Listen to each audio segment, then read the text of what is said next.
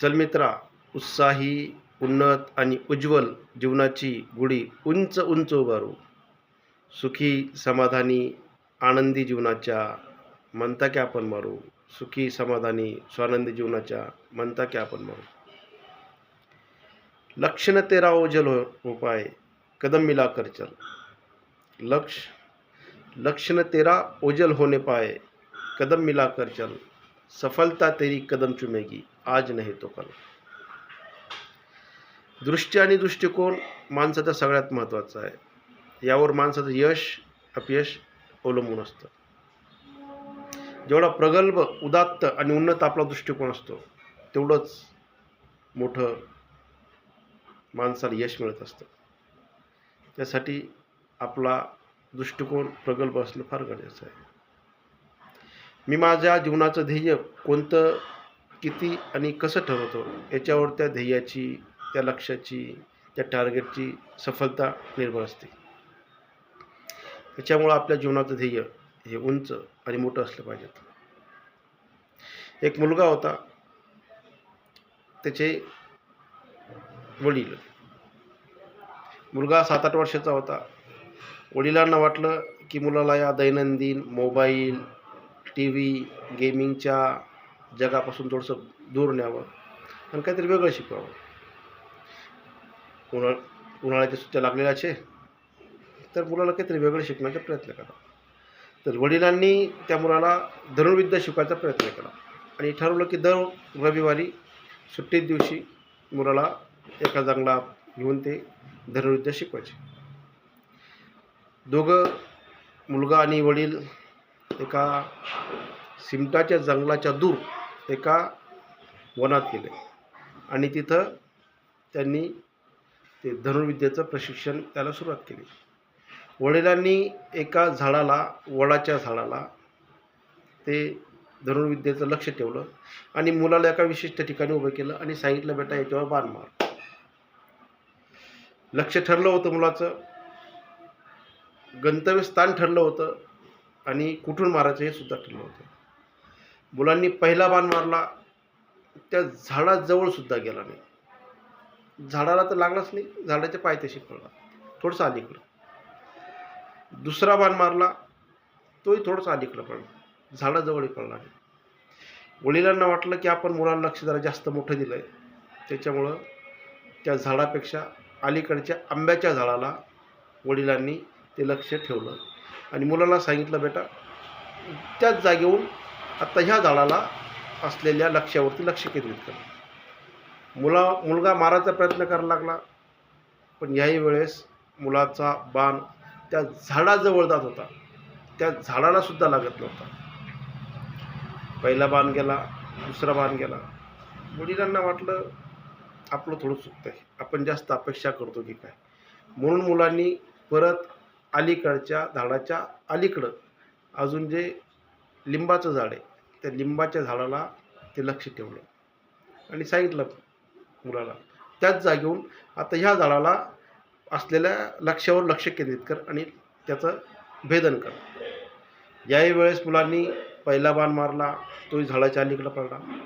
दुसरा बाण मारला, तोही झाडाच्या अलीकडंच पडला, झाडापर्यंत सुद्धा पोहोचला नाही, त्या झाडाच्या पायथ्यापर्यंत सुद्धा पोहोचला नाही. लक्ष भेदात तर दूरच राहिला. वडिलांना परत वेगळं वाटलं की मी फारच मुलाचं म्हणजे लक्ष केंद्रित करण्या विचलित होत आहेत. परत वडिलांनी त्या झाडावरून ते लक्ष काढून परत अलीकडच्या नारळाच्या झाडावरती ते लक्ष ठेवलं, बांधलं आणि मुलाला सांगितलं की बेटा आत्ता अंतर थोडंसं कमी झालं आहे पहिल्यापेक्षा, पहिला, दुसरा, तिसरा, आता चौथा टप्पा अलीकडं आला आहे, आता लक्ष केंद्रित कर.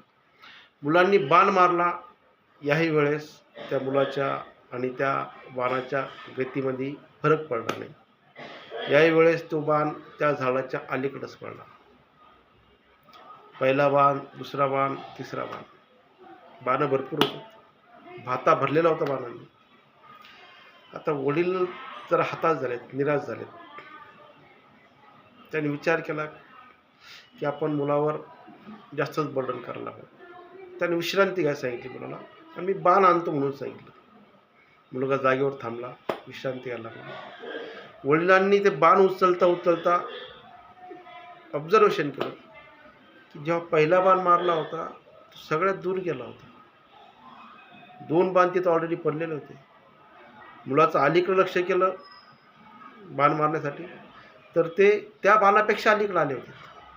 जसं जसं लक्ष अलीकडच्या झाडाला मी बांधत गेलो, तसं तसं मुलाचं बाण मारण्याची गती आणि त्याचं अंतर कमी कमी होत गेलं.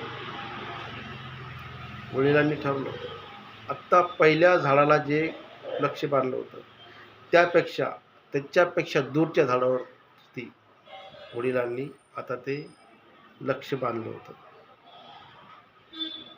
त्या झाडावरती, त्या नारळाच्या झाडावरती वडिलांनी सांगितलं, बेटा आता तुला ह्या झाडावरती लक्ष केंद्रित करायचं आहे. बाणाने भात्यात बाण भरपूर होते. मुलगा मारत होता, आत्ता जो बाण मारत होता त्या शेवटच्या झाडापेक्षा, त्याच्यानंतरच्या झाडापेक्षा आणि पहिल्या मारलेल्या बाणाच्या झाडापेक्षा हे अंतर जास्तीत जास्त वाढायला लागलं होतं. लक्ष भेदता येत नव्हतं, परंतु अंतर दूर जात होतं. वडिलांना त्या मुलाची असलेली कौशल्य, असलेली क्षमता लक्षात आली. 1 आठवडा गेला, 2 आठवडे गेले, 3 आठवडे गेले, आठवडे जात राहिले. मुलाचं लक्ष केंद्रित होत गेलं आणि मुलानं पहिल्या दिवशी ठरलेल्या झाडापेक्षाही दूरच्या अंतरावरती एक दिवस ते लक्ष भेदलं आणि त्याला त्या क्षणाला जो आनंद झाला, तो आनंद शब्दात आणि गगनात पावणार नव्हता. मित्रांनो, कथा काल्पनिक असू शकते, पण यातला बोध काल्पनिक नाही आहे, तो वास्तविक आहे आणि तो प्रत्येकाने घेतला पाहिजे. आपण जर विचार केला की आपलं छोटं लक्ष आहे, तर आपण थोडे प्रयत्न करू.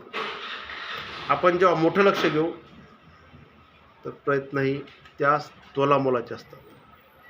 त्यामुळे मित्रांनो, जीवनाचं लक्ष ठरवा आणि ते साध्य करण्यासाठी स्वतःचे प्राणपणाला लावा. कारण यश हे माणसाला एकदा मिळवलं, यश हे माणसाला आपल्या पूर्व आयुष्याची सगळ्या सुखदुःखाची निशाणी, दुःख आपल्याला मिळालेलं आहे ते सगळं एका यशानं मिटून जाऊ शकतं. त्याच्यामुळं ध्येय आणि यश आणि टार्गेट मोठं ठेवा. धन्यवाद.